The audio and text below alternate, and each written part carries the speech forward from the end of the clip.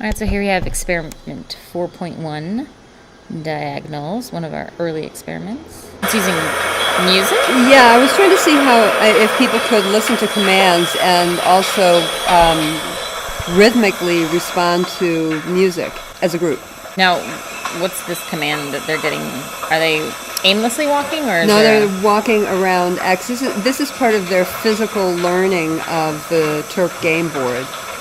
So I found that if people physically move throughout the colors and the symbols on the floor, that they're more likely to remember the color indicators, which are directions or destinations. So they'll remember them better when more complex commands happen later. This is the theory. And this is all timed to the music? Well, they're at certain times they're told to move to the music, so they've been given a stepping instruction, and then they've been given using hips and shoulders. Are they given like a 1-2 at all? No, not Okay. in this one. So, very interestingly enough, sometimes they would step down on the 1, and some people would step down on the 2. Of the 1, 2, 3, 4. There I was trying to get the two diagonals to mesh together, which is a very difficult thing to do, and I did solve it much better later on.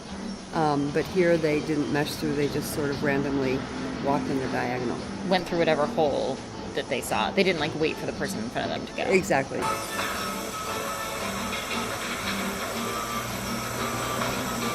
Okay, now we're creating I'm creating an overall pattern where I'm trying to get them to come together, shoulder to shoulder, come forward, and then do a peel off as they're here. So they're peeling off towards a color. Now they've got it. They're getting the pattern happening. So are there colors in the front as well? Yeah, there are colors in the front. Here I was using just 4 colors and 1 symbol for center. See, now they're actually walking to the music. That's working. 2, 3, 4. Now, this was a really, really fun thing. This is the first time I did this, where you had one global instruction for the whole line, one side coming forward and the other side coming back, staying shoulder to shoulder, and the people in the middle stay in place and rotate to get that line moving. Was that the first time you tried that? That was the first time I tried that. And it was successful? It was successful. I was a little bit afraid it'd be too much information at once, but it was not at all. They really got it.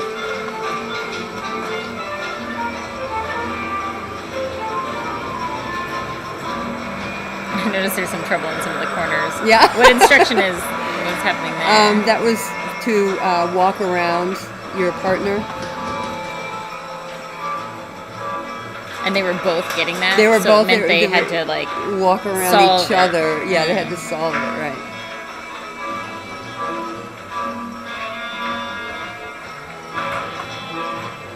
But it's interesting because they had done shoulder to shoulder, so as you saw when they were in the corners, they were doing shoulder to shoulder again because they had that remembrance in their mind. They're being told to use their shoulders or their arms.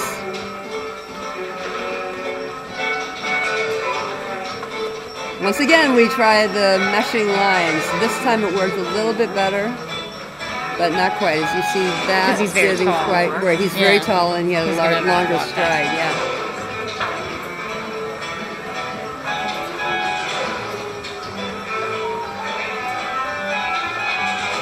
That time worked. Once they got going.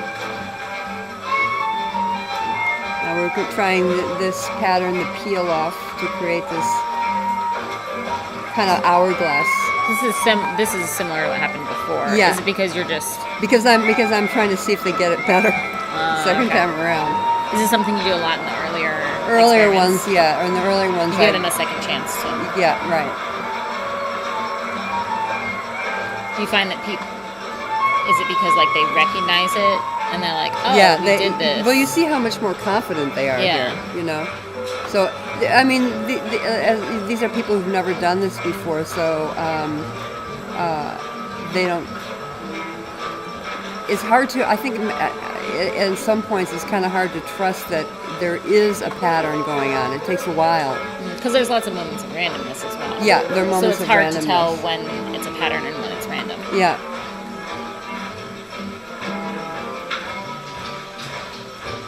But I love these kinds of instructions because people follow in line beautifully. Mm-hmm. I remember the first time I did a figure 8 like this, I was blown away that it worked so well.